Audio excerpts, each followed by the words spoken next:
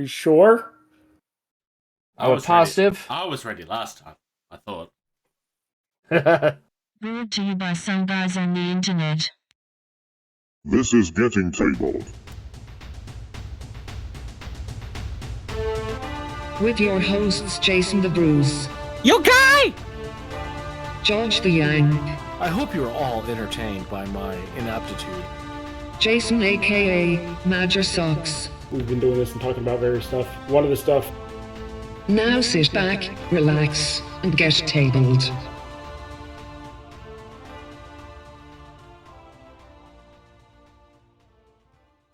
Hello, future people, and welcome to this episode of Getting Tabled.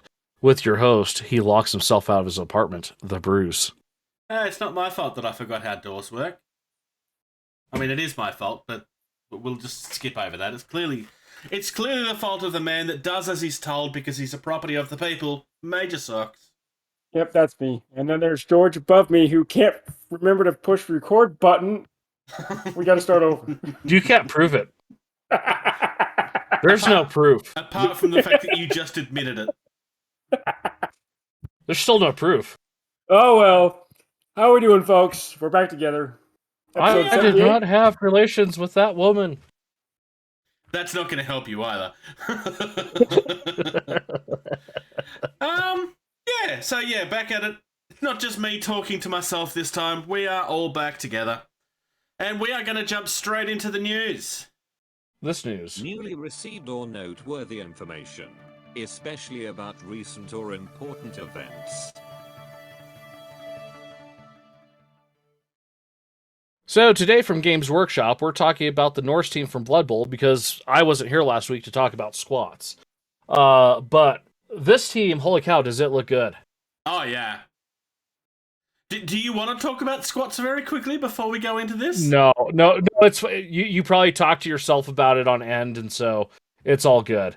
I was in the car. I was just like, oh, Bruce is going to talk about this while I'm gone. Oh.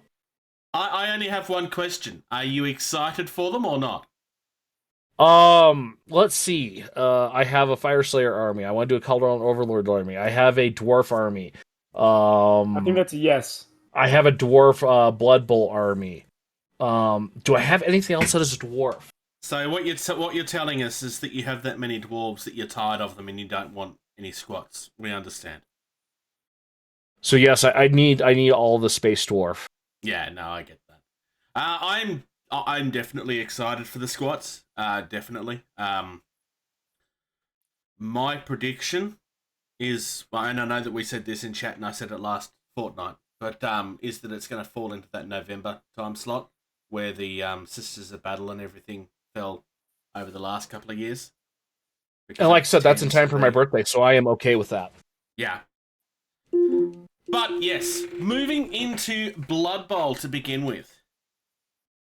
And we actually have the Norse team. The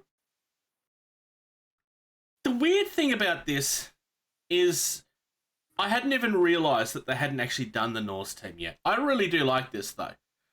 It's very clear that these guys are all in the same scale. They're all on the same size bases, with the exception of the two tiny little piggies. I think. Yeah, no, Boars. They're definitely on smaller bases. The boars are my favourite, actually. I love the one wearing the helmet. But, I mean, these guys are coming onto the field with weapons and apparently getting away with it. Half of them are drunk or drinking to get drunk. This is so good.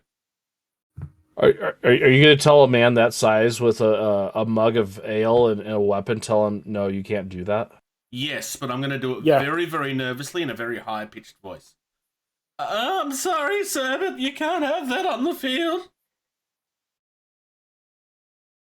Now we have reffing the game.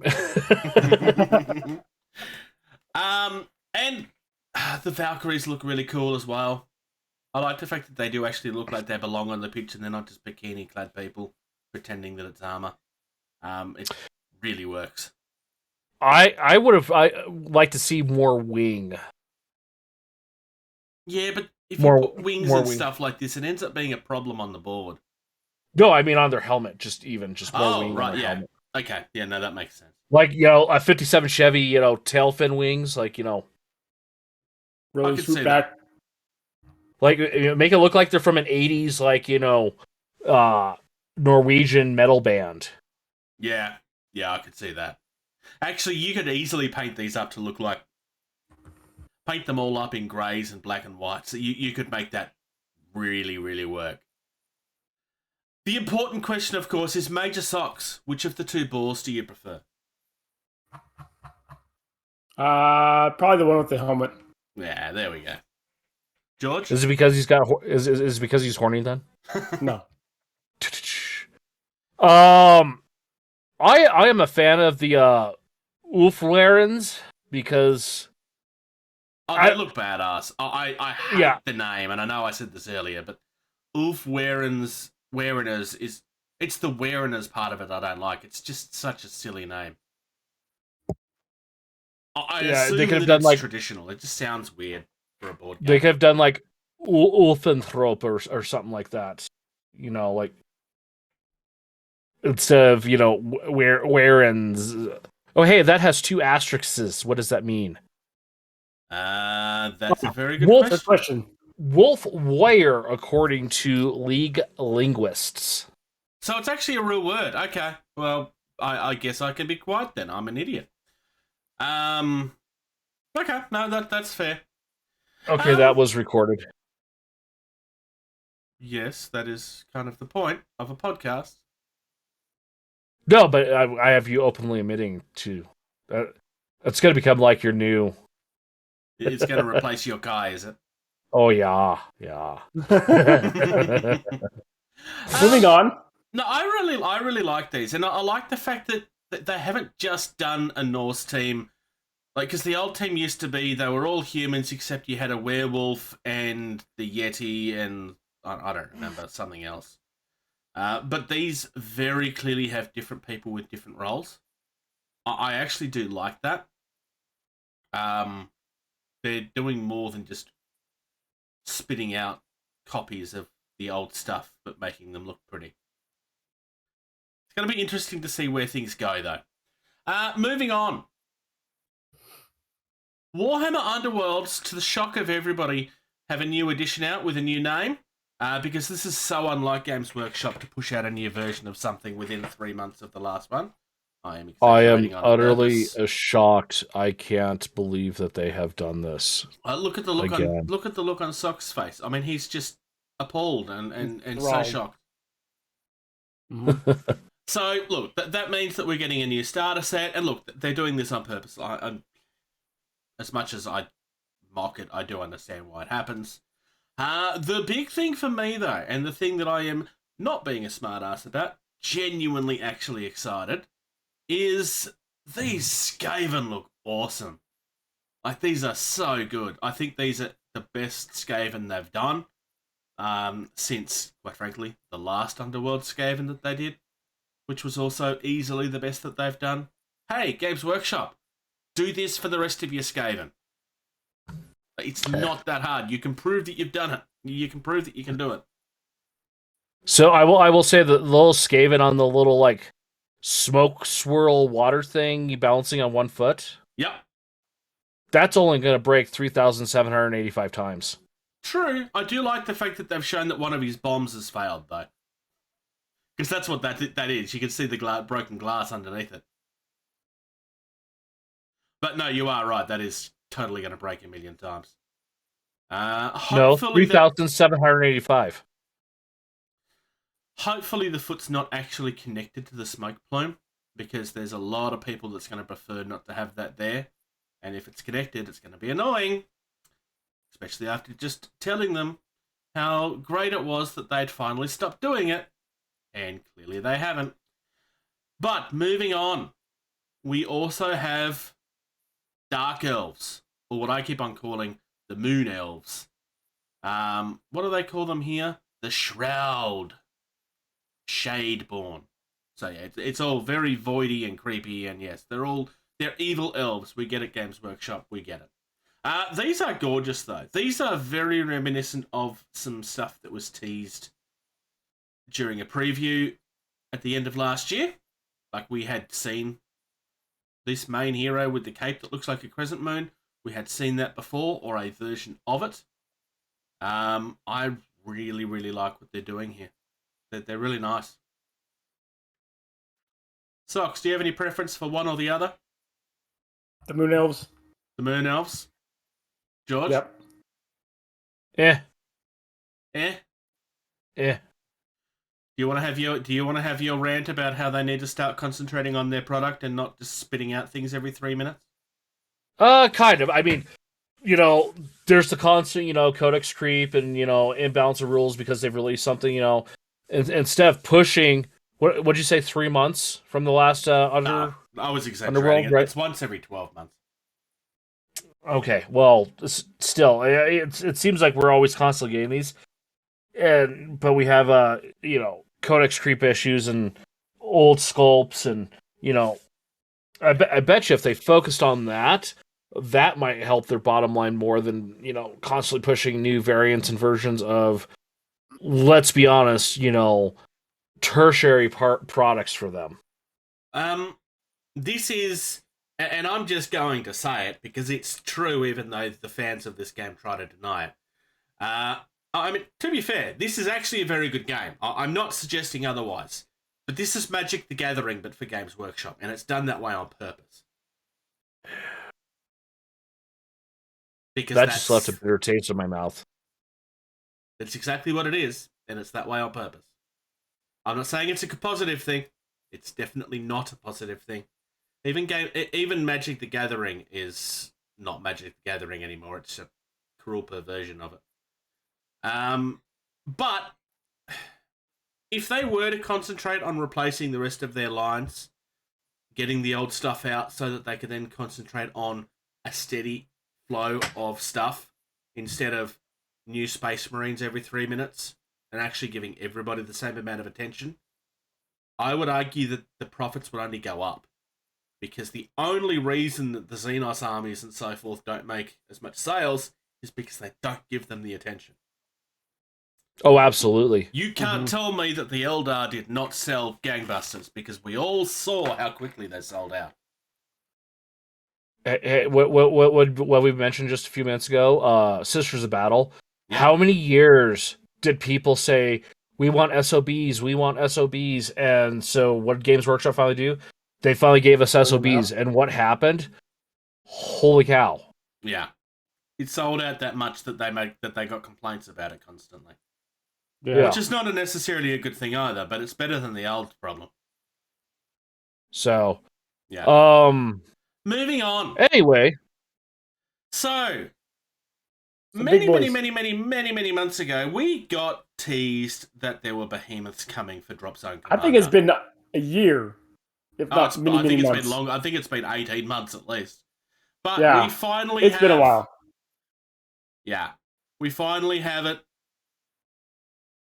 We have the PHR, and we have the Scourge as well. These are currently on preview. And I'm excited. Oh, I 100% want the Scourge one, obviously, because, well, it's me. I'm very interested to see what the UCM and the Shaltari one looks like. They have confirmed that everybody's going to be getting them. But obviously the thing that we are all confused about is how they're going to justify it for the Resistance. Because it just seems so out of character for the Resistance to have them.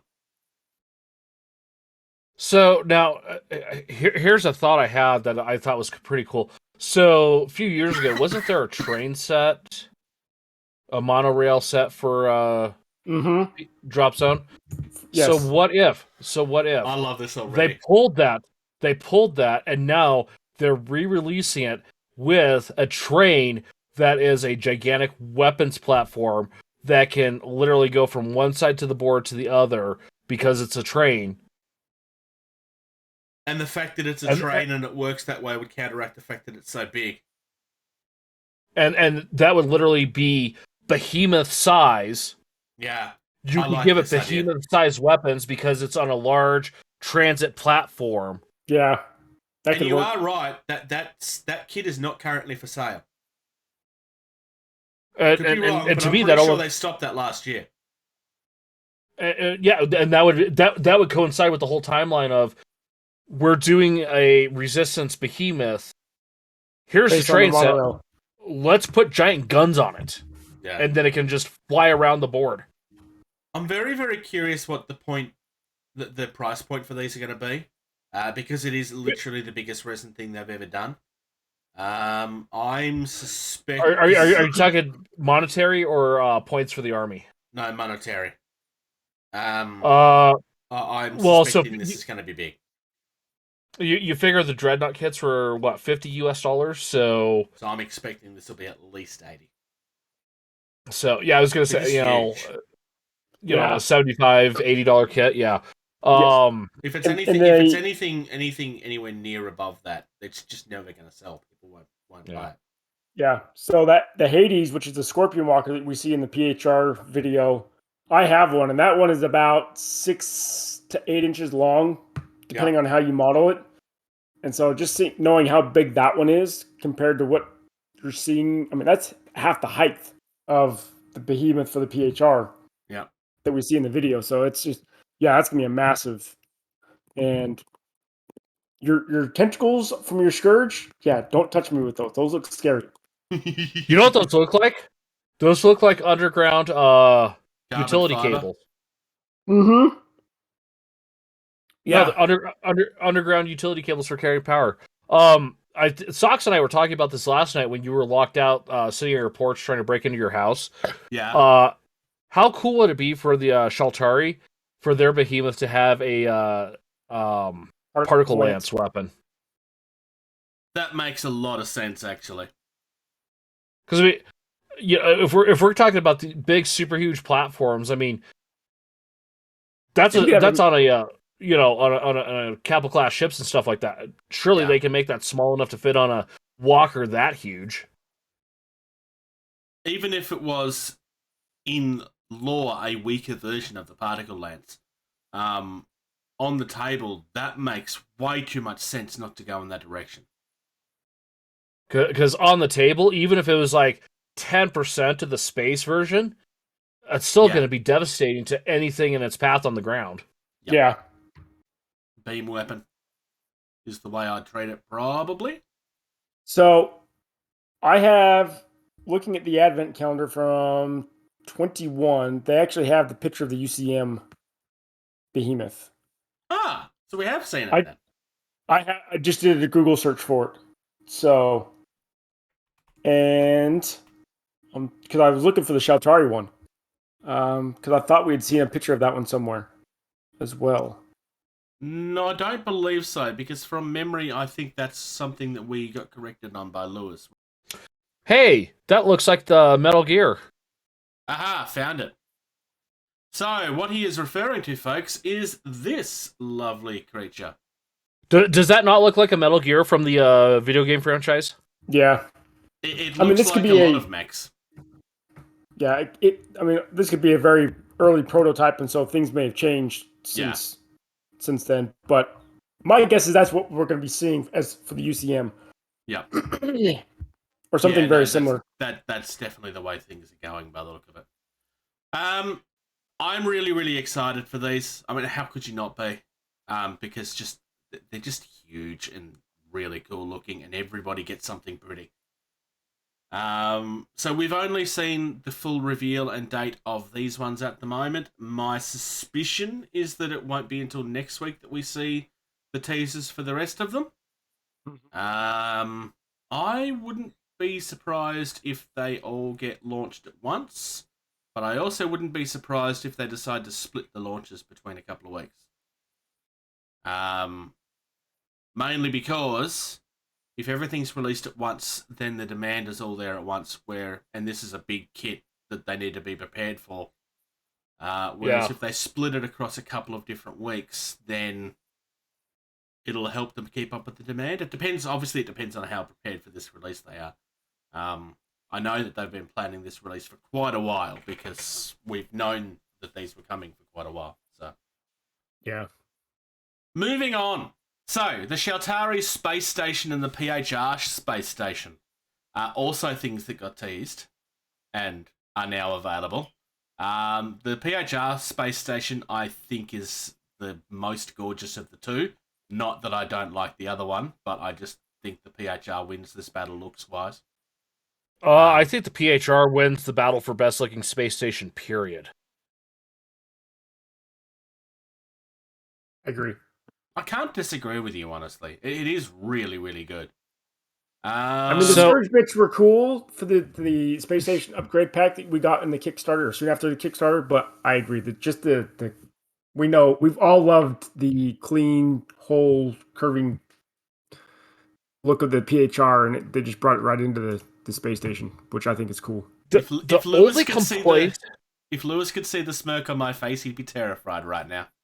Because I'm going to tease things in a second. The only thing that I can kind of complain about second photo, where you see it with the monitors and the frigates and stuff like that, I would want that PHR space station. I want it double that size. I agree. It's going to be interesting to see how this goes kit-wise. Obviously, we haven't seen the kit itself. Yeah. I at least want double that size, if not an option to have a bigger one than that. Because let's be honest, that's a really tiny space station for, how's that going to look with a dreadnought docking to it? Yeah. What's the point of?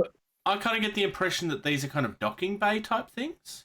Like they're not a full-on space. But in saying that, the original kit was designed to build things of this size too. I mean, I know that we all went nuts with them, but... Well, yeah, the guys from On Tabletop Beast of War, they made that huge, massive one with like 4 or 5 kits. So that's going overboard. Yeah. So that's an exception, not... Yeah. But I'd like to see this PHR station, I'd like to see it twice that size. Yeah, I can't argue with you. I can't go into full details, but I can confirm that there is current talks going on about how the rules for the Scourge will be, and I have seen pieces. So there is definitely something coming for the Scourge as well. But I can't say any details. Yeah. Now on the reverse of that, I'm gonna critique the Shaltari one real quick. I think the size of that is the perfect size, because as we've known, if you look at the size of the Shaltari, they, as big as the ships are, you could tell that there's not a lot of crew on them, because it's typically just that little pod where the stuff is. Yeah. Mothership is the exception because the mothership. But most of the other Shaltari ships, it's like they've got crews of what, 5? 10, right? Probably. So a space station that size makes perfect sense. Yeah. Whereas the PHR are living on their spaceships, so yeah, I do get where you're coming from.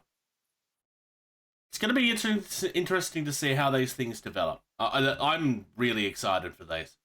I mean, they're out there already, but I haven't seen anybody play with the kit yet, so I'm very interested to see what sort of customization options we have. Moving on. Very, very quickly, I did talk about these last fortnight, but do you have any thoughts on the Rat team for Rumbleslam? Sir Scratch Flagon is kind of cool. Totally not Scott Steiner. Not that name will mean anything to you. It actually doesn't, so. Real life wrestler that used to dress in a similar manner with the mail over his head. Oh, okay, that's a carnival. I was like, there's a lot of Yeah, the ones below that are Carnivale. Yes. Yeah, I was like, which are also very pretty. Yeah, the rats are kind of cool. It's an interesting take for a wrestling thing. It's like everyone's trying to update their rats. Yeah, ironically, and I mean that is going to be a coincidence, but yeah, it's not the first rats that we've had, but it's the first expansion of them that we've had. But I want to move to the terrain because, well, it's terrain and it's pretty. There's a whole heap of stuff being dropped. Bolstered drop alternator is just all kinds of stunning. So, can we talk about the fact that this is terrain that's not MDF terrain? Yep, it's resin. So, that's exciting to see from TTCombat, who, let's be honest, I think are probably one of the top 10%ers in the industry for MDF terrain, and then for them to start doing, some little resin bits like the munitions. That looks so cool. Yes. Yeah. I agree. I like the fact that they're all designed, because there is an MDF kit that's displayed as part of that. Yeah, I was just looking at that. And they're all in scale. In saying that, as much as I just said drop a second ago, I'm not actually sure what scale this is in. Because there's nothing used against it for scale. Because looking at the size of the MDF, there's no way that's small enough to be. Just, I know on the terrain they've used the word drop before for a 28mm thing, and it confused me last time. So, I have a criticism, Lewis. This doesn't actually say in the description what scale it is. Correct me if I'm wrong, but I don't see it at all. I wonder, there may be a way for me to figure this out. If I go to Sci-Fi X, do they appear under that? No, they don't. So I'm gonna. Oh crap! I rearranged everything. 1 second. Nope, they're 28mm. They're under the Sci-Fi Gothic range, so they're 28mm. Yeah, I was gonna say, if you look on the photo that has the resin stuff with the MDF, yeah, you got that little kind of column thing in the middle with the cross on top. Yes. Aha. Yeah. So, this is 28mm. Yeah. No, they don't. So, it doesn't come up in the Sci-Fi X category. It comes up in the Sci-Fi Gothic category. So yeah, it's definitely 28mm. There is a couple of things there for the Totally Not Tomb Worlds, Totally Not Necron terrain, and they're just like nice little simple kits, but really, really good looking ones. I think the winners from this kit, again, are the Carnivale stuff. Maybe with the exception of I love that construction yard. Like, I really love that construction yard. I don't know, the little ships there, those are screaming to be used to make like some sort of like skirmish, You're talking about the ocean game and stuff. Yeah. Yeah. So there actually is a game that uses ships about this size for skirmish, and it's called Blood and Plunder. Yes. I will have some of that coming at some stage if it ever gets here. You are fighting literally on a pirate brig or small sloop with pirates. So there is a game out there already. But I agree with George. These ships could be used for anything, and they just look awesome. And I love the fact that they have terrain that looks like it's bobbing in the water. Like, it's just... You don't get a lot of that. Yeah. And that's really, really effective. It's really nice. And the Venetian dockyards, I know I mentioned them last episode, but just for you guys, I love everything about them. And the bodies that they're trying to hide in the fish. It's just hilarious. Yeah, there's some real winners here. I do think the bolstered drop terrain takes it, and I do think the munitions is the best of them. Not that the rest are bad, but it's just look at them. But in saying that, I love that construction yard. It's so simple, but it works so well. I could see that. I mean, Marvel Crisis Protocol is where I see that getting used. Oh yeah, because you could use all those fences and stuff like that to throw stuff around. I mean, I could see that being used in... It's almost universal. You'd have to do stuff with it for it to feel grimdark, but I don't think you'd have to do much if you wanted to use that in an actual 40k game. Do you know how you make it look grimdark? Paint it dark. Exactly. Yeah. All right. It's time to move on. Moonstone have a limited edition miniature at the moment for Easter. And it's an angry jackalope. And it's That's all not a kinds of jackalope. cute. That's not jackalope. We have those here. We have jackalopes. They look nothing like that. You have fictional creatures that live in your area. Yes. You do realise that this is supposed to look very Easter. Hence the reason it's an Easter limited edition. Have you not seen what jackalopes look like? For the sake of the viewers, I am going to bring up what the original jackalope looks like.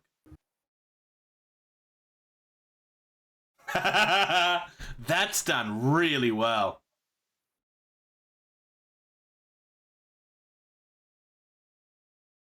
That's almost seamless. It's brilliant. Yeah, so no. The jackalope is a mainstay of Wyoming lore because we have antelope everywhere and jackrabbits everywhere.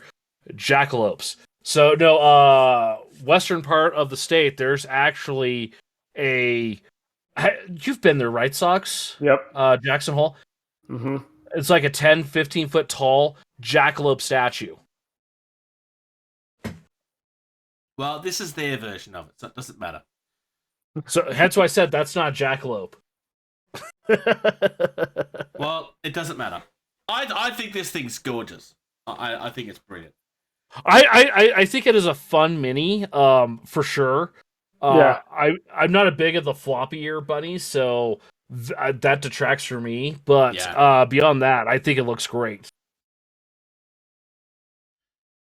I don't know. I just love the fact that it looks so vicious and cute at the same time. It's like, yeah, we're all so scared, honest. Yeah, we're really scared. Moving on. Okay. Infinity have like 5 different releases coming next month, and it's absolutely insane. So to start with, there's a Code 1 012 collection pack. So this is basically a box full of everything that you can use in that game. It's like an instant buy-in, so hence why it's €265. This is all, this is huge. Like, there's so much stuff in this. It's not even funny. We also have, because there's a lot here, I'm just going to go through them. There's a combined army collection pack of, again, everything. It's just insane. Moving on to some more realistic purchases. Those 2 previous ones I'm not having it, like, they are expensive because they're designed that it's just a big box that you're buying in so that you don't have to buy everything individually. It does work out to be better value than buying them separately, but obviously not everybody is going to be buying it. It's right about away. It's right about $25 a mini. Yeah, it's not bad. It's not bad. Which, I mean, that's a great value in my opinion. Yeah. Coming up next, the Morat Tarlock pack. So this is going to be the first of the expansions for the new Morat team that got released at Adepticon.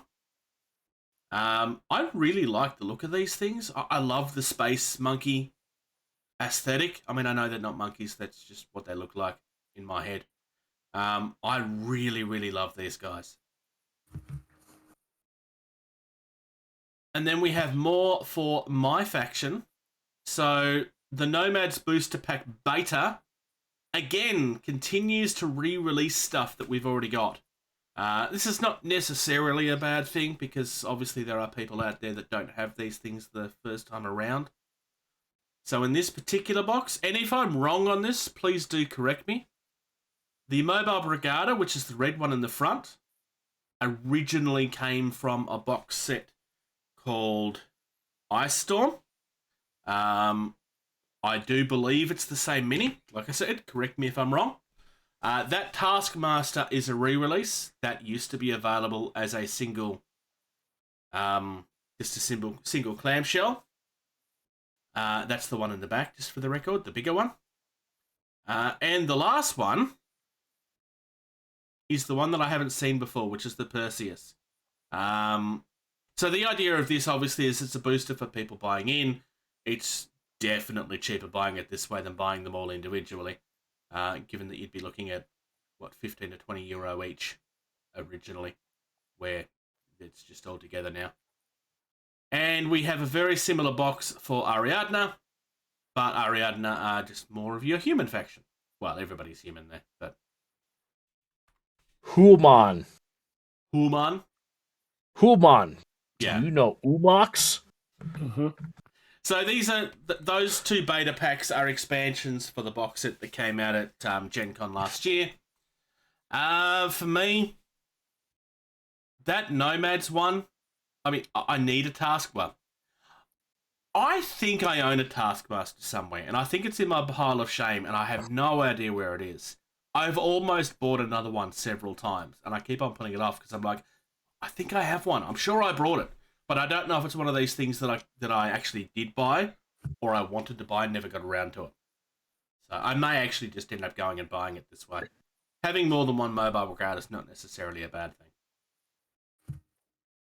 So the one thing I'll say, these collection packs are, €265. Yeah. Not a small chunk of change. They are not helping the I don't need to get into Infinity. That is such a value for an army. Period.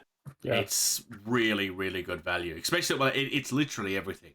Now, it is worth noting Code 1 is the smaller version of the game. Well, I say smaller.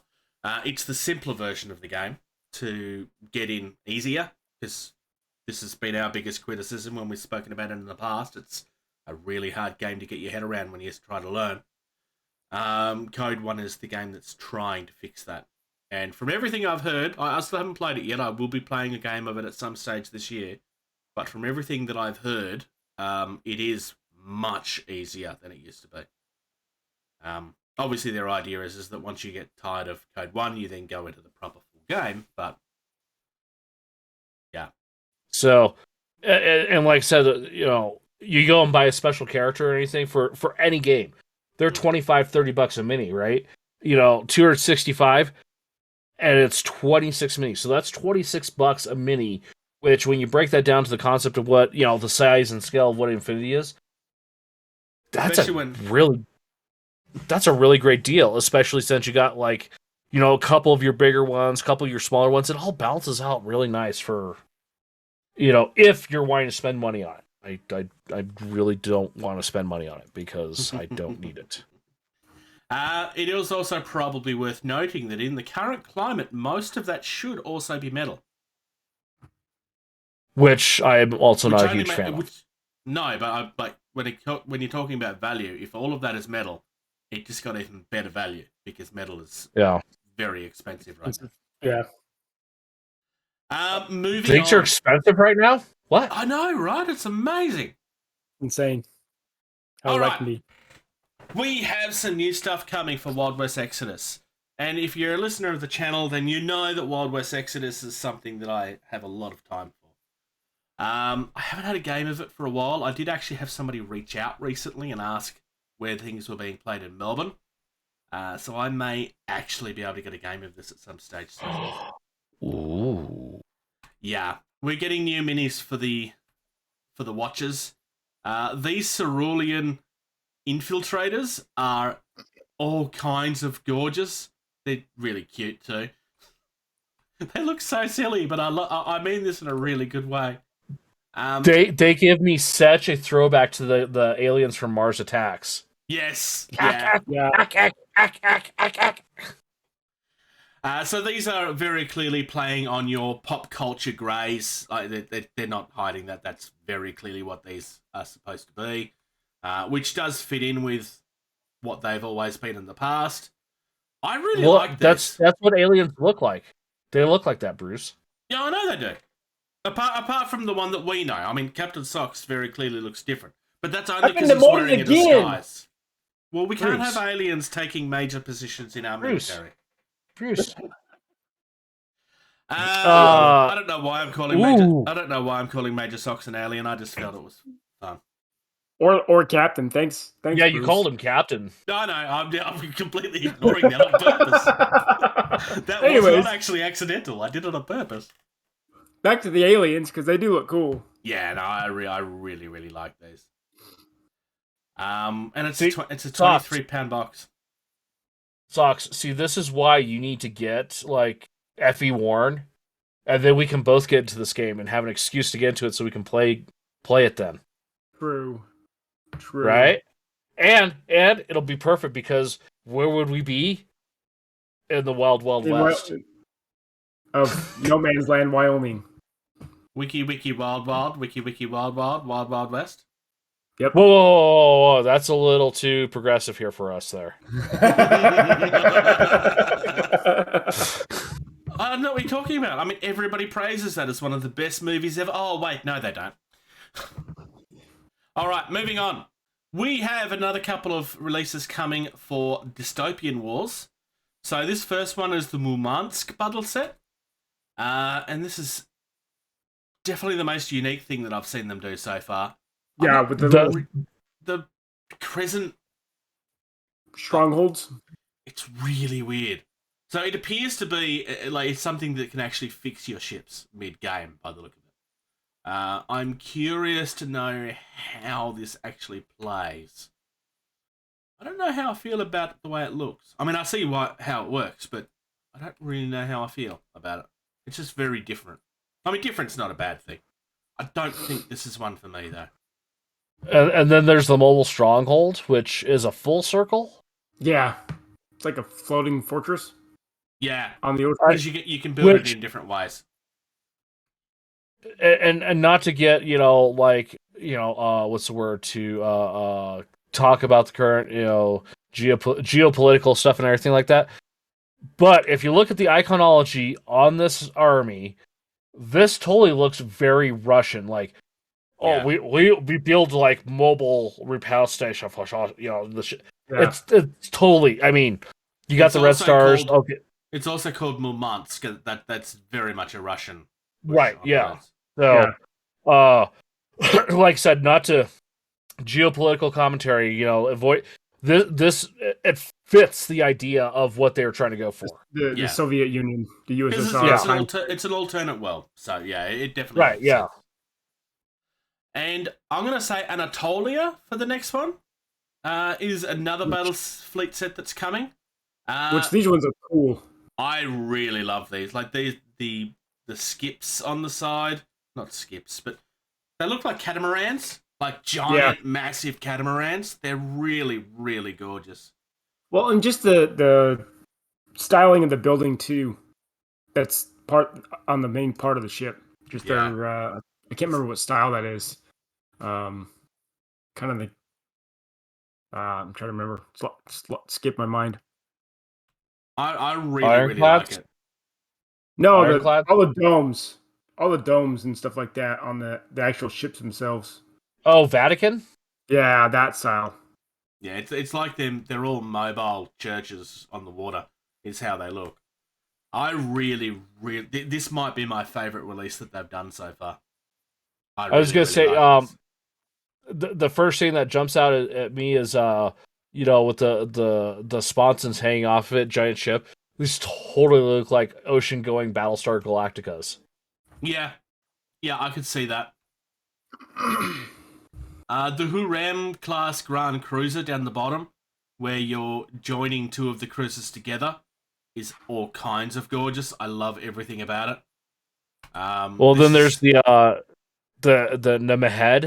Yeah, does the same thing too. So, no, I think that's a great idea. Knowing what I know about how ships work and everything like that, that is a pain in the butt to turn. Oh yeah, it would be. You get into double hull stuff, you're looking at a huge problem to turn, but God, it looks cool. Especially with the fact that the part spanning in between that's not in the water looks like it's being used for stuff. Yeah. Yeah.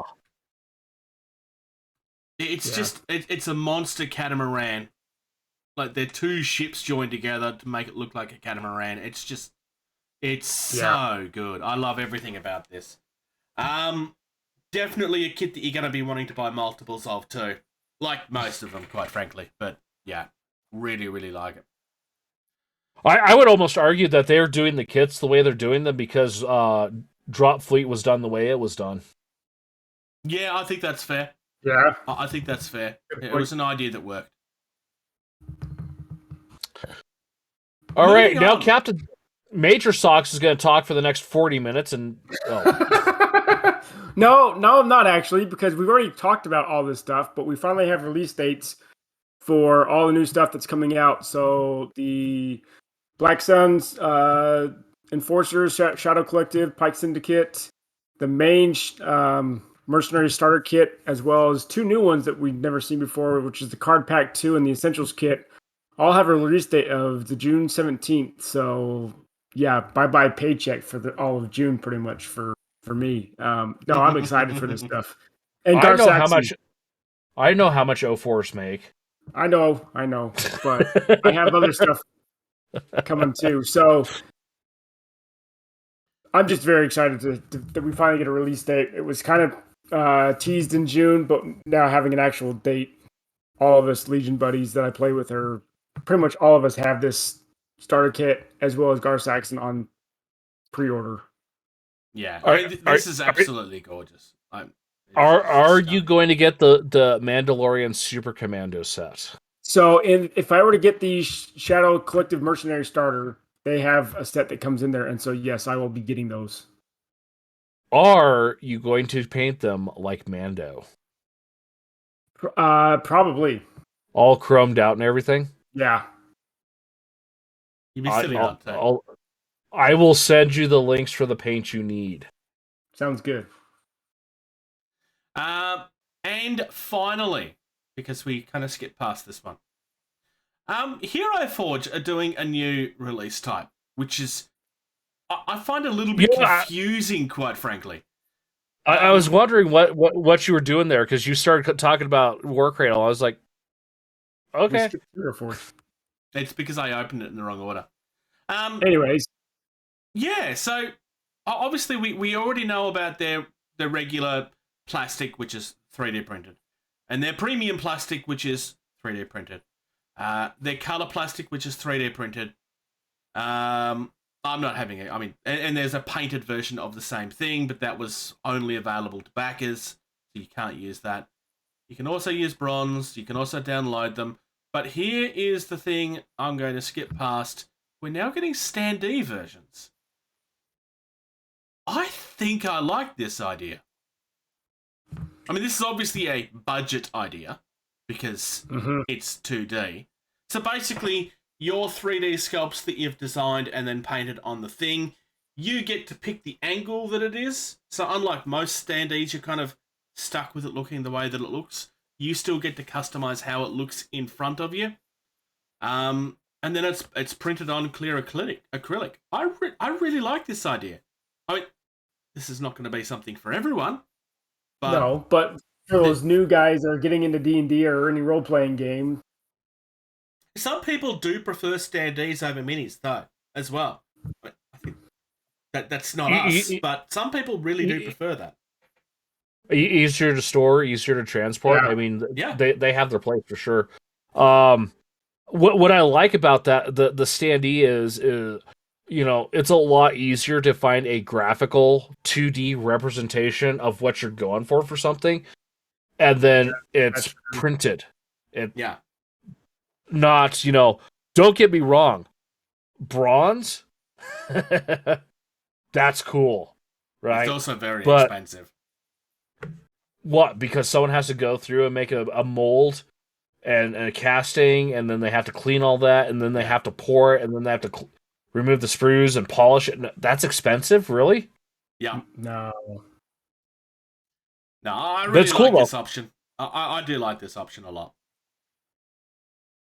Plus, let's be honest, in the nature of the gaming that we do, virtually everything is ridiculously expensive. To have an option like this, that's like, that'll be a 10 spot. You only want 10? Yeah. Could I get 3 then? Yeah. Indie. Definition. Independent. Type. Slang word. Jargon. George. Oh, hey, these. I literally forgot about these. So this Excuse is a me. company that you came across semi-recently and bought stuff from. No, You didn't buy stuff from. no, I was just going through and in the nature of Facebook listening to your brain thoughts and like showing you things of you thought about this for half a second. You can buy it. I came across the Mighty Brush, which they have painting guides, they have dice, but most importantly, they have third-party decals. And why is that important? Well, because what if you want a Mantis, icon for your Space Marine chapter? And a certain company that have Marines from space don't release these as much anymore. No, actually, the Space Wolf decals that I got for my Space Wolf army, I got from Forge World that are for the 30k Heresy army, but I like them better because they had red, and I like that look better than a black decal. But there's some really cool stuff here. If we scroll down, because you've got like the guys with the banners and the books, and in the studio model, you always see advertising on the website. They always have all that text. Yeah. Who has time to do that? Who has the patience to do that? Yeah. I love the fact that they've got checkered pattern stuff too, because that's a None real of- pain. Yeah, none of us raised our hands for that. Somewhere down here, they have little decals that are, the text you could put on a banner. Oh yeah, right there. It's Imperial Gothic script waterslide. It's out of stock. Yep, got it. But if you look at that. It's the text you would put on a book or a banner. Or if it's big enough, a purity seal. I would argue that unless you're someone that really, really does care about what it says, and let's be honest, you're not going to actually have proper text there, I'd argue that this is a must purchase. I always think about getting around to my banners, and they always end up being blank because I don't have freehand skill. Some people do, and all the power to you, but I just don't have it. This is so much easier. Oh, there are do you see how much it is? proper purity seal ones too, for the right size. Yeah, it's 8 pounds for that transfer sheet. Yeah, it's. I can understand why this is the one that's out of stock, quite frankly.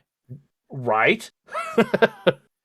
Someone else discovered this. They're like, I can finally, have my banner look the way I want it. But I mean, they've got like transfers that are just Roman numerals, which, that'll make it super easy for numbering your squads. They have a transfer sheet of nothing but fleur-de-lis in 4 different colors. There's gold, red. Hazard stripes. And hazard stripes. What army is that? Iron Hands? Yep. I mean, so, on a scale of 1 to 10, this is like about as niche as you can get for the hobby. Yeah. But it is a underrepresented, like fulfilled portion of that. Yeah. And definitely something that, because this is something that Games Workshop dropped the ball on. Like that they dropped the ball on this. So I'm glad to see that somebody has actually picked it back up again. Oh, hey, look, there's even other ones. There's a fleur-de-lis transcript and then a chaotic script. You can get transfers for your chaos books, too. Yep.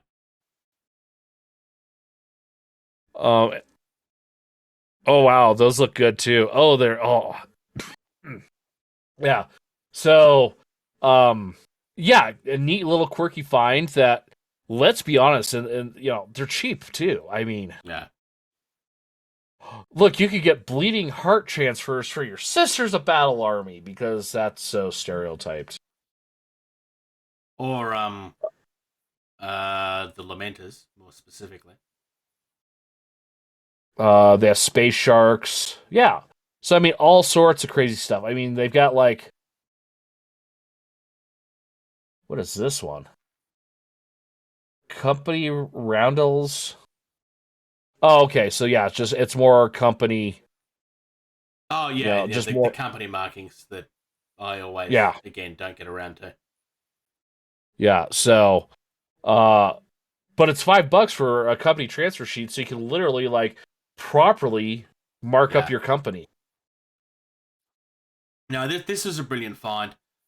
Very quickly in the painting PDF guides, they've pretty much... It's all 40k based. And you're looking at... They're usually it's £4 to paint specific things. The results on the images look really nice. It looks like they go into a lot of detail, but I'd argue you could probably find a lot of that for free on YouTube. That's probably the only real argument that I'd have there. They do look really nice in the pictures, though. But yeah, I thought that was a neat little fun find because it's a cheap site too. You know, it's not. Yeah, you could order a whole bunch of stuff off the site and not break the bank. Yeah, I agree. Shall we discuss some hobby? Trim, glue, prime, paint. So, George, from what I understand, you've been really lazy and done absolutely nothing in your painting this fortnight, this month. I mean, there's been no changes to your setup whatsoever, even though there has been a really big one and it's really obvious. For those listening, George just wheeled across his room to prove me wrong, even though he's completely missed what I was setting him up for, I think. Well, first of all, I had to set up a home office, too, and I was gone for a weekend. He did pick up on what I was trying to set him up for. I did get some painting done, though. I have put this in video form. I'm not finished by any means of the imagination, but I had to set up a new... I work here now. I don't go to the office anymore. I go here. But I started working on my Emperor, and so... Here's the cloak in red gold color shift. That is really cool. Yeah. Not as much red as I had hoped for. And I'm not going to show off too much here because, well... But socks. Will you do your Mandalorians? Yeah. That's shiny. That's very shiny. So... We talked about before. That's the All-Clad 2 color system. It's a black gloss primer, which it's super smooth. It coats so well. And then literally you just spray on the chrome, and it dries like that. Nice. And then there's a candy you can put on it, which I did gold, which I put it on too heavy, but that's okay because it looks weathered. Well, it looks antiqued. Yeah, patinaed. Patinaed, that's the word. So, there's all the rest of his pieces right here. I'm not going to show you. So, then this came in the mail. The Kickstarter exclusive box for Cthulhu Death May Die because I had to get it. And an unboxing of this will come. But I got my Nemesis Lockdown Pledge, which is the sequel. Very, very keen to see your unboxing of that myself. Which is the sequel to Nemesis, which I believe you have a copy of as well. Yep. So, but I showed you guys a picture of how trash... Okay, never mind. I did paperwork today and I threw it over there. I was going to say I got my desk cleaned off to where I could do stuff on it again, but then I cover it with stuff again, so... not too much in the way of hobby for me, but I did get some stuff done. Yeah. I see that Major Socks is turning around to look at all of the stuff that he's not painting at the moment. Well, not painting. I've worked on some stuff. I know. A lot, actually. You've been working on the part of the military that you wish that you'd joined. The Navy. No, not the name. So yes, the reason why I started this is I've been playing Victory Sea, the original game, but produced by Mongoose Publishing, and then I stole all my stuff, and then Warlord Games bought it back out, and I bought back into it, and a guy reached out to me on the Facebook group that I'm part of and said, "Hey, anybody in the area this game?" And I'm like, "Yeah, I do." And here, I got a bunch of stuff. And so this is one of the ships that I painted before the water detail. And then that was a Japanese cruiser. And this is how it turned out with the water detail after it's been highlighted with the waves going off the ship. Yeah. And then I've got a Star Wars Legion tournament on Saturday, so I'm trying to get all my little objective tokens for the various missions all painted up. So I've been busy the last couple of days, actually. Nice. So, Bruce, what have you been up to other than getting locked out of your own house? Well, while I'm not trying to break into my own house, I've been painting some Bot War. So I know on our last episode I kind of shown off some of this. That was still plain white at that stage. So my colour scheme has remained the same. It is the same blue, green, and orange, or teal, orange, or aqua and orange. It looks very blue on camera, but it's actually more of an aqua. So that's the most recent thing that I've done. I've kind of, even though she's more of a wasp, I've tried to go for like a redback look on the abdomen, the tail there. And Are you going to call them the Miami Dolphins?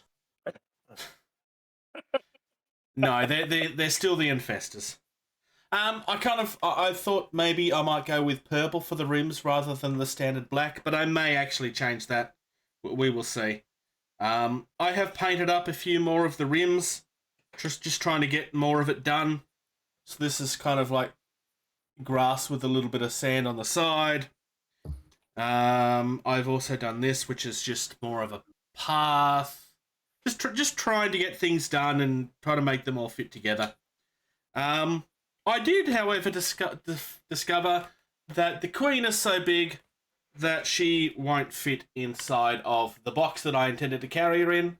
So I will have to move across to my battle foam for my infestors when I eventually start bringing her to games with me. So Bruce, I got to ask you, what inspires you to use those colors, and why was it 90s Taco Bell restaurants?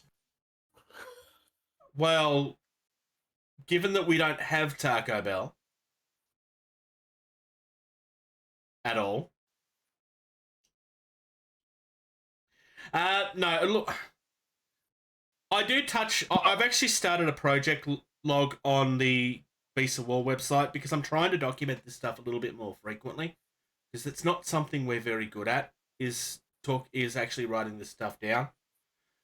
I was originally trying to paint these guys all kind of like a pastel type of idea, and I go into a little bit more detail as to why that didn't end up working.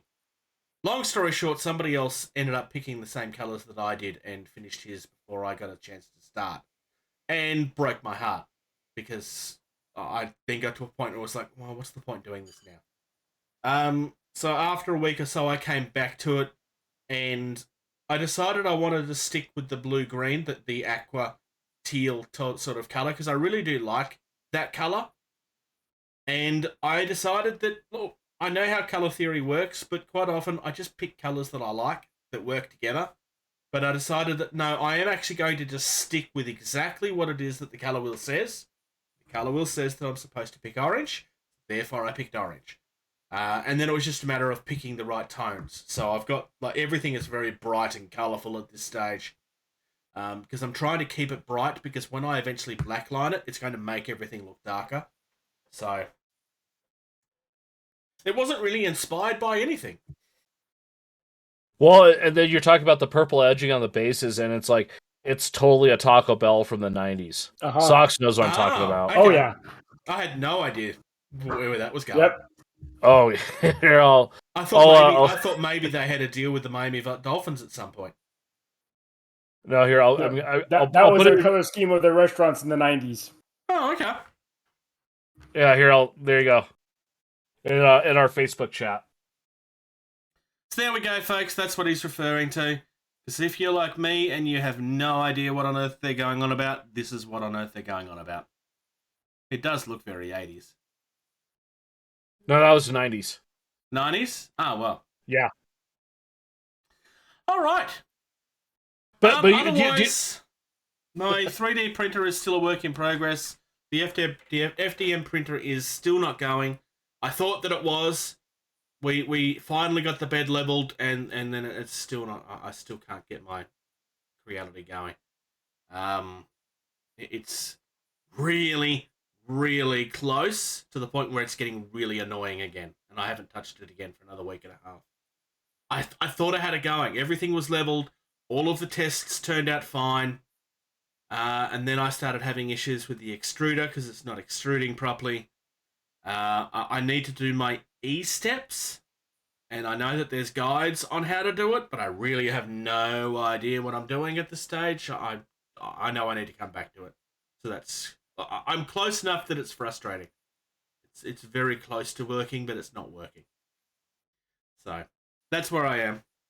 And otherwise, Australia Post, I throw tables at you. You really annoy me when you hold on to things for 2 weeks instead of 4 days, and then they turn up being crushed and clearly used as a football. Like that was a boot print that was in the box. If you want to know what I'm referring to, then you can watch my video on Tuesday where I look at the Avatar of Cain. Thankfully, I got really lucky. But you'll have to watch the video to see just how lucky I was. There's a boot print on your box? Nah. There's a massive dent in it, and it's very much the shape of a foot. Well, it's the shape of a toe from a boot. Somebody has kicked it. If it had have been a few mil deeper, then one of the big weapons would have been snapping. But that's how close it was. The sprue took all of the impact, and it's missed the actual piece by mil. Jeez. Oh. Yeah, I was very happy. That's frustrating. I got lucky. That's, I suppose, what I should be happy about. So I guess I need to be looking for a steel box to ship stuff to you in then. No, let them you kick should that. be fine. All right. All right. Game talk? Game talk. Talk nerdy to me. So, we're into Drop Zone Commander today. We are going to talk about the heavies. And we are just talking about the category itself, so it's a possibility that we may have covered one or two of these. I don't believe we have. But I'm going to start with the Flail Heavy Tank, which is a really weird looking thing, quite frankly. All right. So the Flail Heavy Tank is 35 points. It comes in squad sizes of 2 to 4, and they take 3 positions up in your transports. They move 3 inches by themselves. They've got active countermeasures. Their armor is 15. They've got damage of 2. They're a tank type, because obviously they are. And their special is wide. Weapons-wise, we have a Tesla array. There's no move and fire. The arc is front, side, and rear. Range full and range counted is nothing. It's got 1 shot. It's an accuracy of 2+. It's got 7 energy. And the reason that there's no distance is this is an area attack. So you're putting a template down, basically. Sorry? Right on top of you. Yes, because it's literally a flail. So you're driving this thing into the middle of things and then going... and it's also penetrative, which should be fairly obvious. It's an anti-armor type thing. It's also got a twin Gatling gun that also doesn't have any move and fire. It's front and side. Its full range is 36 inches. It's counted as 12. It has 4 shots, 3+, and 3 energy. So, like most tanks, it's got a backup minigun. Not minigun, machine gun. Yep. Yeah. We've seen a weapon similar to this. It's called the microwave. It's the microwave array on the Shaltari frigates. Yeah. Yeah, actually, yeah. The next one is the Gladius heavy tank. Yep, Gladius. It has a move. It has a move of 3, countermeasure of active, armor of 15, damage of 2. It's a tank. There's nothing special about it. It's just like Bruce. No. It has twin Avenger railguns, move and fire, whatever. Front, side, and rear for the arc. Range full is infinite. Range counter is 24. Shots is 2. ACC of +1. Energy of 10. Special is articulated. And then it has a twin Gatling gun, which is an arc of front, 36 for the full, 12 for the countered. 4 shots, 3+, 3 energy. Nothing special about it either. There is an optional weapon of a Quake Accelerated Mortar, which is front, side, rear, full range 24, counter 24, 1 shot, ACC of 3+, energy 9, area indirect, Devastator -3. Scenery. I don't know what that means. It means that it's So really good against buildings. And so that would replace its twin Avenger railguns. I don't see why you would replace the twin Avenger railgun because Depends on what you want to use it against, I suppose. So the cool thing about the articulated one is it can raise up and down, and so it can be hidden behind buildings and stuff like that, or small walls, and the gun can still pop up and shoot over the wall and still kind of get this one, then not that one. Yeah, so that's the cool thing about the articulated gun. It is 55 points a unit, 2 to 6 squad size, and takes up 3 transport slots. Which I think they all do. Yeah, except for the broadsword, which we'll cover here in a minute. The scimitar is the next one at 50 points apiece, squad size 2 to 4, again 3 transport slots, move of 3, armor is countermeasures active. Armored 15, 2 damage. It's a tank. Again, no special. It has a marksman laser. It has a 1-inch move. Its arc is front. Range full is infinite. Range counter is infinite. 1 shot, 2+ accuracy with an 11 energy, and destroyer of 6+. So pretty good, nasty against big things. Speaking of behemoths, as they about to come out. Yeah. Twin Gatling gun. Move and fire of nothing. Front arc range full is 36. Range counter is 12. 4 shots, 3+, 3 energy, and the arc accuracy of the marksman laser may not be modified more than total of 2. So that's pretty nice.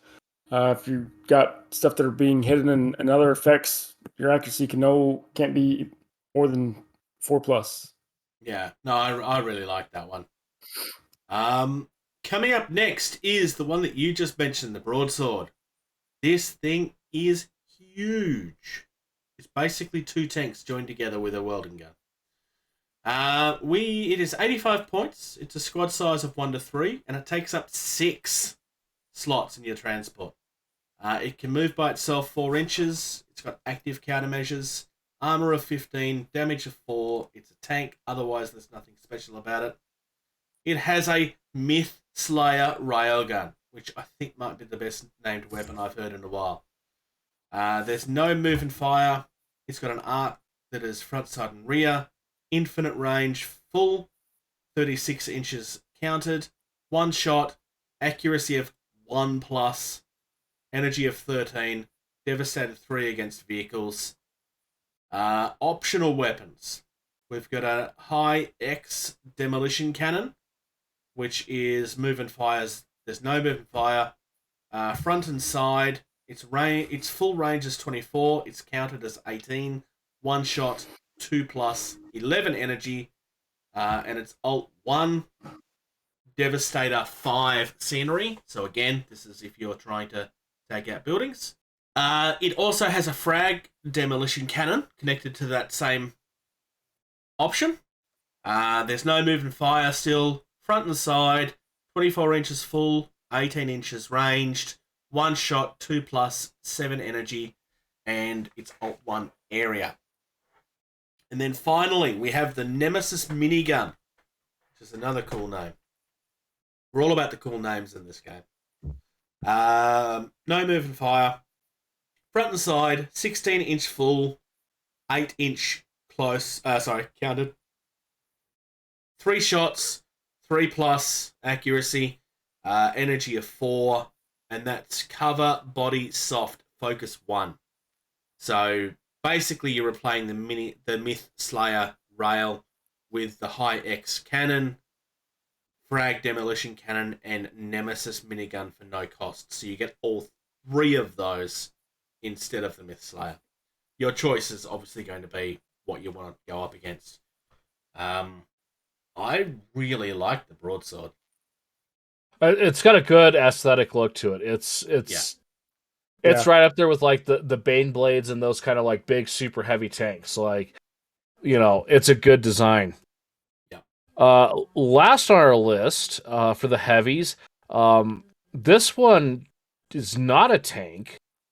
This is a rock heavy gunship. It is an air unit.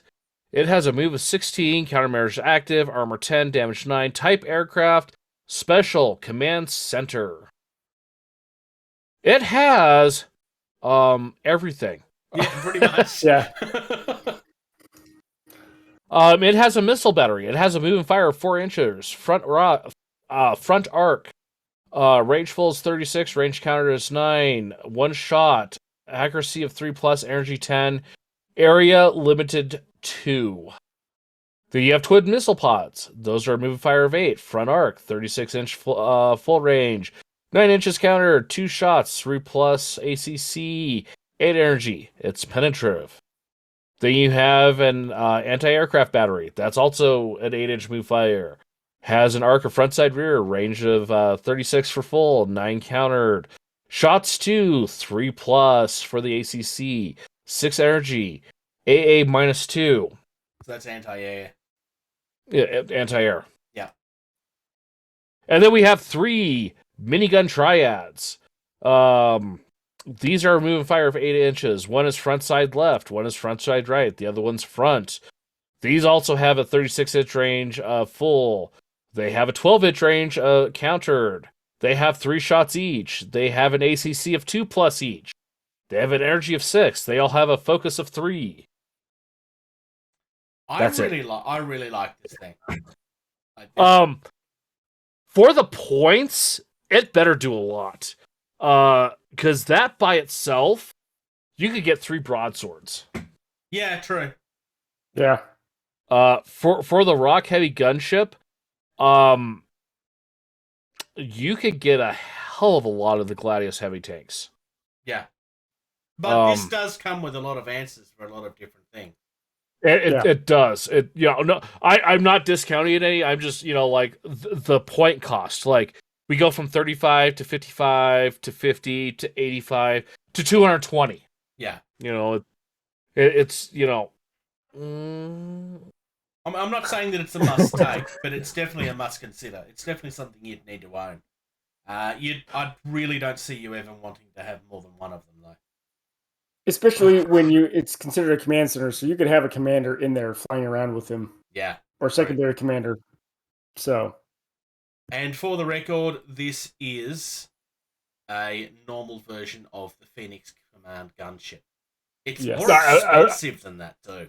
Yeah, I was actually going to point out that it's actually 30 points more than the Phoenix Command gunship. Yeah. Which that only has 2 minigun triads, the anti-aircraft battery, and 1 missile battery. So for 30 more points, you get 1 more minigun and some really good missiles. Yeah. So I would take this. So the grand scheme of, do I take the rock? No, you take the rock over the Phoenix because the rock's going to do more for 30 points. And give you the same effect as, the Phoenix with the command center. Yeah. Yeah. I would say, performance-wise, based on points, though, I would say the winner of this category is that Gladius heavy tank. Yeah, definitely. I have to agree with you on that. And I do like both versions of it, but it's going to come down to what you want to use it for. I suspect that Yeah. you're going to get more use out of the articulated gun than you will out of the... Yeah. But if you're going Mortar. into something where you are going to need to take out the buildings, then obviously, yes, then the mortar becomes more important. But I actually suspect you'd probably have both types in an army. This is something you're going to be buying both versions of, I think. Unless there's a specific scenario or your specific intent is to destroy scenery, I don't see why you need to take a specific weapon to destroy scenery, just because, you know, some of these big guns like a railgun, they're going to be effective against scenery, not as scenery specific, but it's still gonna lay a hurt down. There are some missions where destroying buildings does become very important. So Yeah. I will say, though, we'll talk about it when we support units. The longbow howitzer is a better scenery destruction weapon than the scimitar or the Gladius with its mortar. So I would take the Gladius as your anti-tank vehicle weapon. Yeah. And then if you need to really do something like that, 30 points, take a couple of longbow howitzers.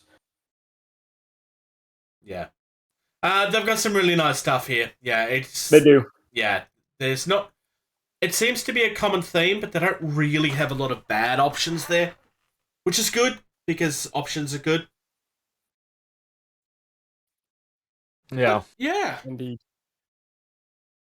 I will say though, just like the Phoenix, that rock heavy gunship just looks really stupid cool. Yeah. It's about J-ish big, Nice. about 5-6 inches in diameter with the wingspan. I will say, Which is huge. I will say That's huge in a the, 10 mil game. Yeah. Yeah. It's painted better than the command ship as well. It's detail wise, it's the same model. One of them's just painted 100 times better than the other one is, because the other one looks kind of dull. That they've clearly redone the other one when they released the rock rules. So I will tell you this right now. If I were to paint one of these, I would totally do it like an F4 Phantom or some of the MiGs, where it's sky blue on the bottom and then camouflage on top. Yeah. So that, you know, if you're looking up at it, it looks like sky. If you're looking down on it, it looks like ground. Just to make it visually harder to see. I really like that idea, actually. I think that would be a really cool way to... But on the other hand, that would be really hella hard to pull off on something that small. That's not that small. That's a good couple of inches. Yeah, no, but in comparison to doing, like, you know, a full-size jet... Yeah, okay, good point, yeah. George, can you hit the button for upcoming events, please? Tournaments, demos, conventions, you know, that kind of stuff. So, first things first, the Drop Zone Commander Community Kit Bash competition is done. The Drop Fleet Commander Community Mission Writing competition is done. We was originally going to be talking about the entrance for the Drop Fleet Commander Community entrance, but unfortunately, the person that shared them with us is currently asleep, and he forgot 3 of them, so we're not going to be talking about them today. Look, we're not judges. It's not really our place to do it. We were going to try and do it to engage with the community a bit, but I kind of felt that if we only talked about 4 of them and left 3 of them out, that it would make the other 3 feel like they were ignored, and I didn't think that was fair. Don't get us wrong. We're great at being judgmental. I mean, very much so. When it all does become available, I might try and do a special episode and put it through on the YouTube channel for us. But otherwise, moving on from there, Kings of War Victoria have a tournament coming up. It's being run on the 4th of June at Games Portal in Ringwood. So this is a change of venue from where they would normally be. In the past, a lot of their tournaments had been at House of War. Kings of War Victoria is a very strong and it's a very newbie-friendly community. My housemate's been to a couple of their tournaments now and really, really enjoyed himself. It's 3,300 point rounds, and it's a $20 entry fee. All of the details are on the Kings of War Victoria Facebook page. There's an event there with the details on how to pay and get yourself booked. Please keep in mind that the games portal in Ringwood is a smaller store, so there will be less spaces available. PolderCon is getting very, very close at this stage. It's May 1st. Poldercon.nl. You book tables of up to 4 rounds for demos. Our friend Michelle is part of the organising committee. We have Donnybrook, High Octane, Rumble Slam, Squad Leader, The Floating Temple, Kings of War Armada, Blood and Valor, Burrows and Badgers, Black Seas, It's Me Napoleon, and Open Combat, all available. There's some really big names there, and there's some very popular niche games. Burrows and Badgers is a name that you do see around quite a bit. I'd love to have a demo of that at some stage. It's supposed to be really fun. It's anthropomorphic animals, basically. Cost for a day ticket is €30, and if you're in the Netherlands, like, there's no reason not to go there. You really need to get to it. That also includes lunch too. Yes, it does. So, Bruce, can you do me a favor? Yes. Can you say "It's me, Napoleon," but with a Mario voice? It's a me, Napoleon. Even though he's French. Thank you. AMG's mini extravaganza. So this is Atomic Mass Games. This is where they are going to show off lots and lots of new stuff. It's coming up in June. Major Socks, do you have any predictions? So I forgot to bring one. this. I actually have a couple because I forgot to mention within the last week and a half or so, AMG just released some new cards and specs for Star Wars Armada to allow cross-utilization of ships for the other factions. So I can see some stuff. If they're starting to do stuff like that for Armada, I would expect to possibly see some stuff on the horizon for Armada, for sure. Well, maybe given not the released response they this got year. to not doing anything, they need to. Yeah. So obviously they're not releasing anything this year, but here's stuff that we're looking for on the horizon, especially since they just released that stuff, because we can now use the Venator starship from Clone Wars as an Empire ship, and some others back and forth. So that, what are you thinking of?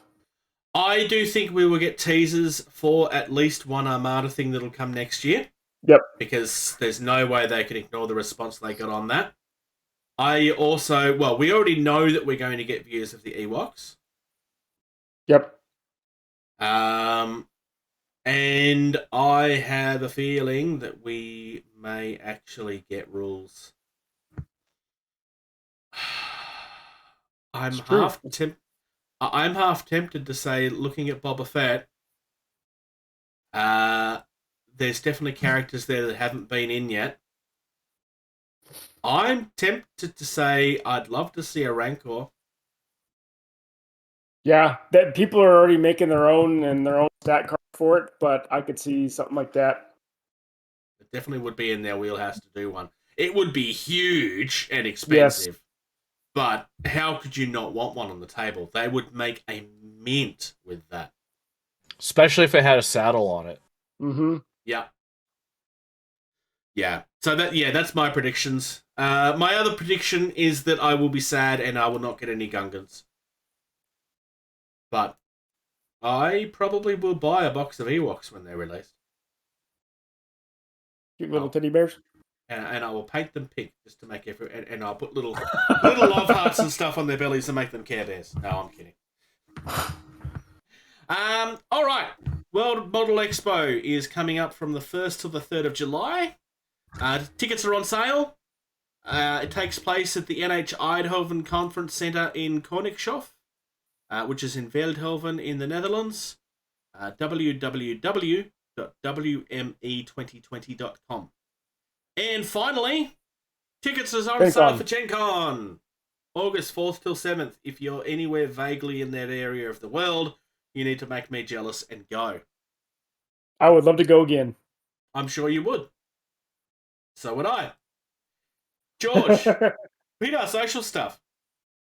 You can find us on Patreon at www.patreon.com/GettingTabled. Whatever support you can provide for us is greatly appreciated and helps keep storage going and us doing things.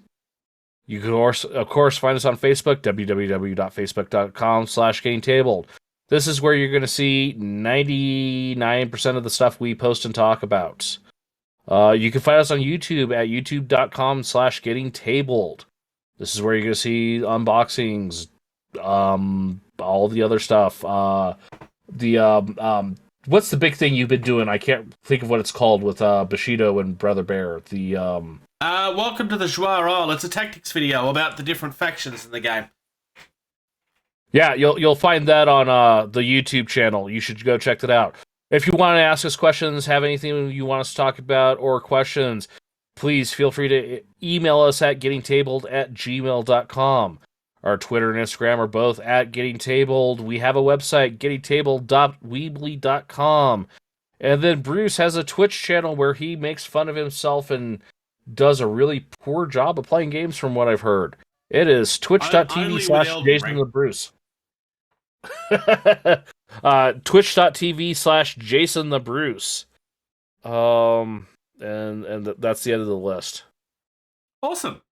Well, thank you very much, George. Thank you very much, Commander Socks. I'm not in the Navy. Yeah, that's not a rank. You own boats. You must be in the Navy. Oh, okay. You've got a whole fleet there, Admiral. Fair enough. You know what rank needs to come back? Commodore. Yes, that would be an awesome rank to come back. That's a great rank name right there. Why don't they have a Commodore anymore? That's Royal Navy. Yeah. Okay. Yeah, and as soon as we said we stopped acting and talking and doing the things the way they did things. That's why we spell gray with an A instead of an E. Yes, and lots of other things. Yeah. George, do the thing. Okay. Thank you. Thank you. Thank you. Thank you. Thank you. Thank you. For listening to Getting Tabled. Music used in this podcast was created by Eric Matyas at soundimage.org.